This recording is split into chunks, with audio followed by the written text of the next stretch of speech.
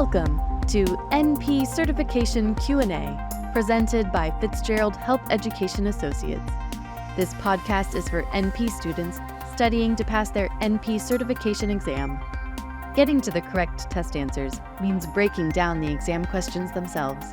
Expert Fitzgerald faculty clinicians share their knowledge and experience to help you dissect the anatomy of a test question so you can better understand how to arrive at the correct test answer.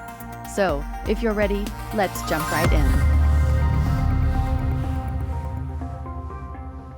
While performing an initial comprehensive assessment on a new patient, the psychiatric mental health nurse practitioner is particularly attentive to social determinants of mental health. Which of the following patient factors should be identified? Race, poverty, divorce, or substance use? So, this is one of those questions that, again, well, like many questions, you really have to think about what is being asked of you and then prioritize your answer just like you would in a clinical scenario. The best answer to this question is B, poverty. So, social determinants of mental health and social determinants of health in general are identified by the World Health Organization as non-medical factors that influence health outcomes.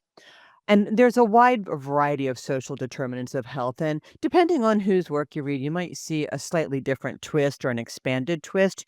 But there are certain core determinants of mental health, like low household income or poverty, low educational attainment, poor quality housing, discrimination, poor access to healthy food, poor access to health care. These are all core determinants or social determinants of health. There are other social determinants. A number of things have been identified, like unemployment, social isolation, neighborhood deprivation, exposure to pollution, adverse early life experiences. And as I said, depending on whose book you read, you'll see some expansion and some slightly different things. So that takes us back to how you answer this question. Poverty is a core social determinant of health. So that's an absolute. So you might say to yourself, well, what about race? Race can lead to discrimination, and unfortunately it can. But race in its own right is not a social determinant. Now, discrimination is, and discrimination can be based on any number of factors, including race or, religious beliefs or geographic factors or gender identity or sexual orientation or any number of things. And so while discrimination has been identified as a social determinant of health, race in its own right has not. So if I'm prioritizing my answer choices here, race in some circumstances where it leads to discrimination, yes, but poverty across the board, poverty as its own characteristic is a social determinant. So in this circumstance, B is a better answer as compared to A. Then we have divorce and substance use. Again, depending on what those things may or may not lead to, and divorce certainly can be a social determinant of health if it leads to social isolation or adverse experiences or even discrimination, which still stunningly in some social circles, if you are a divorcee, that does lend itself to discrimination. But there are many people who divorce because they recognize that they're happier apart than together and that divorce is the best thing for them at this stage in the life cycle. And there is no particular adversity associated with it. In that circumstance, divorce is not a social determinant of health. Similarly, substance use.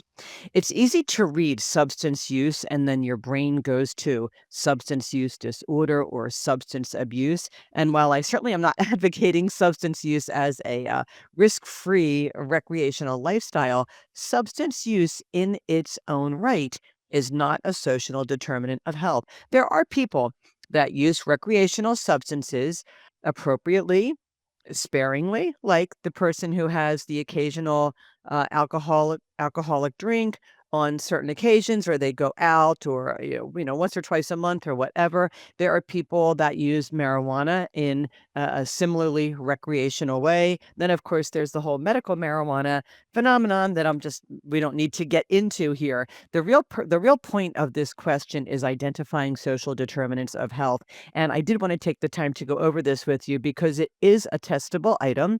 And I do recall that when I took my certification exams, it was helpful to review the social determinants of health.